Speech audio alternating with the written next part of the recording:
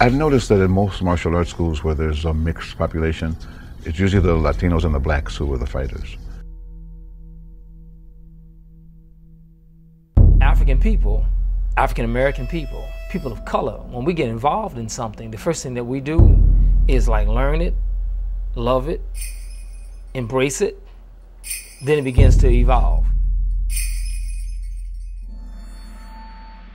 You know, there was always this like Latino pride, you know, to really excel because you're Boricua and you're trying to kind of make sure your people are represented right.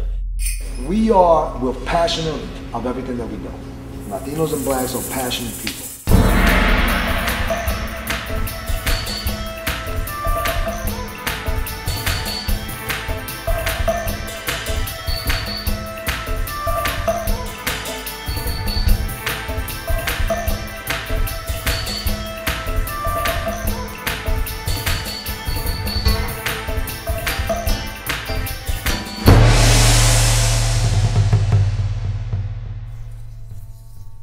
Anytime you take African Americans and they teach martial arts, no matter what system they teach, it becomes African martial arts.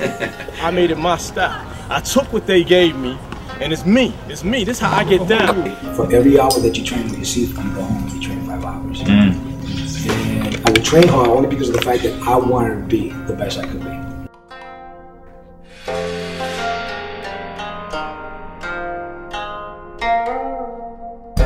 When I was fighting a lot, I was disqualified from every tournament that I walked into.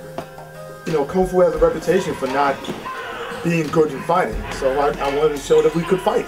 Tayari Cassell was one of our role models. Ralph Mitchell, those guys would fight against the karateka and they would win. So that was kind of like a little ray of hope for Kung Fu. But you know, you talk about racism, we get it from whites, we get it from the Orientals, we get it from our own. To me, it wasn't about that fighting, because I mean, anybody can throw their hands up and fight. I just really wanted to understand the science of what's behind the movements, basically, and whatnot. We have always taught that you had to be about 360 degrees of martial arts. You had to be able to fight standing up, you had to be able to wrestle, grapple, you had to understand china, you had to understand pressure points, tensure, you had to understand all of those things. You had to be able to do long weapons and short weapons and sectional weapons. It was just your art. As a young black man, you know, as an African American, I needed a role model. And it's not to say that I wasn't influenced by many Chinese, because I have been, but to see someone of your own culture doing Chinese martial arts and doing it not only as good, but in many cases better than the Chinese counterparts, those are the people that made me say, man, I want to do this. Now, you have to grow old with this stuff. You have to find strength in this stuff throughout the rest of your life, not just for a short time when you're out there, you know, proving yourself as a fighter.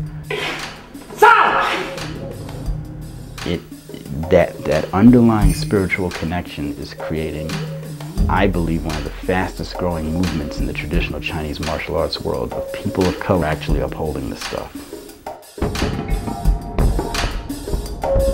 There's something more here. There's something more here.